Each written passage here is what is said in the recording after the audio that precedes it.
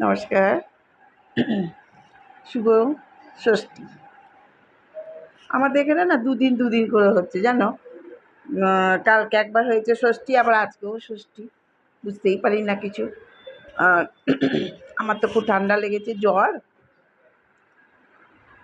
ওই জন্য আজকে যাইনি প্যান্ডেলে। আর ওইটা বলে আরম্ভ করি। আমার সোনার বাংলা, আমি তোমায় ভালোবাসি। হ্যাঁ, আজকে বেঙ্গলকে খুব মিস করি গো। যতই বাইরে থাকি, সারা বছরটা বাইরে কাজকর্ম দিয়ে কেটে যায়, কিন্তু পুজো 4 দিন বেঙ্গলকে খুব মিস করি, বাংলাকে খুব মিস করি। কোথায় পাবে বাঙালিদের মতো খাওয়া দাওয়া, বাঙালিদের মতো নেচার, বাঙালিদের মতো কী বলবো, ঘরদুয়ার পরিষ্কার, কোথাও পাবে না। আর সবথেকে বড় কথা, আমি অনেকগুলো জায়গাতে চাকরি সূত্রে গেছি, যেমন গুজরাট, দিল্লি, উড়িষ্যা। কারণ আমার ট্রান্সফার চাকরি। তো সব জায়গাতে আমি দেখেছি ওই ডাল চাউল। কিন্তু বাঙালিদের মাছের টক, আলু পোস্ত, মুসুর ডাল, ছোটো মাছের চচ্চড়ি, আর কি ডাঁটা চচ্চড়ি, ছানার ডালনা, মোচার ঘন্ট, কোথাও পাবে না। বাঙালি খেতে জানে, বাঙালি খাওয়াতে জানে। খুব মিস করছি। মাঝে মাঝে ভাবি আমি খুব দুর্ভাগা, কেননা এই এত খাওয়া এখানে খেতে পাই না। এখানে ডাল আর চাউল, কিচ্ছু কিচ্ছু পাওয়া যায় না। আর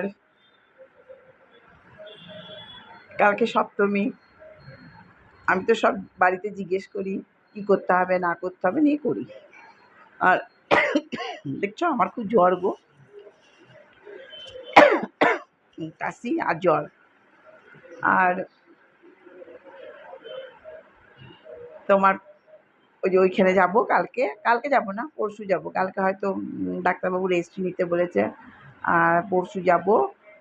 অঞ্জলি দেওয়া আছে, কিন্তু বেঙ্গলের মতো সুখ নেই জানো। তাও আমরা আনন্দ করি, আর কি করবো বলো। আর সেই নারকেল নাড়ু, কিন্তু আমাদের বাড়িতে নারকেল নাড়ু হয়, মানে আমার এই ঘরে নারকেল নাড়ু করে।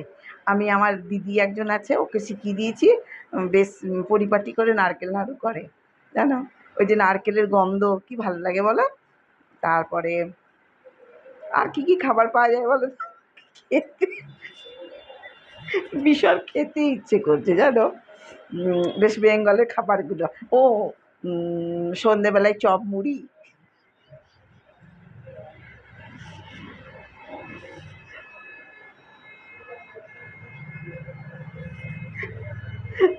এখানে এখানে মুড়ি পাওয়া যায় না জানো।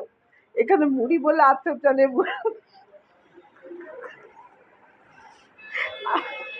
আতপ চালের মুড়ি দেয়। আতপ চালের মুড়ি মানে ভগবানকে প্রসাদই দেয় ওরা মুড়ি।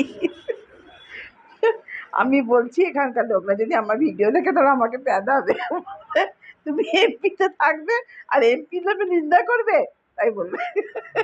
সত্যি খাওয়ার সুখ নেই এখানে, কিচ্ছু পাওয়া যায় না। মুসুর ডাল পাওয়া যায় না, পোস্ত পাওয়া যায় না, সব আমি বেঙ্গল থেকে আনাই।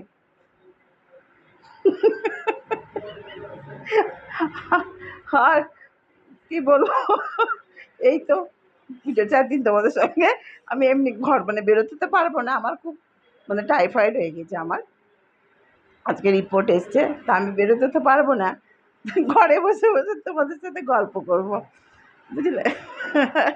ঠিক আছে, রাখো। তোমরা খুব আনন্দ করো, ভেবেছিলাম আমি আনন্দ করব, কিন্তু পারলাম না। আর চলো এবার শুয়ে পড়ি, গুড নাইট করে। কি করবো বলো, বেশ, রাখো, টাটা।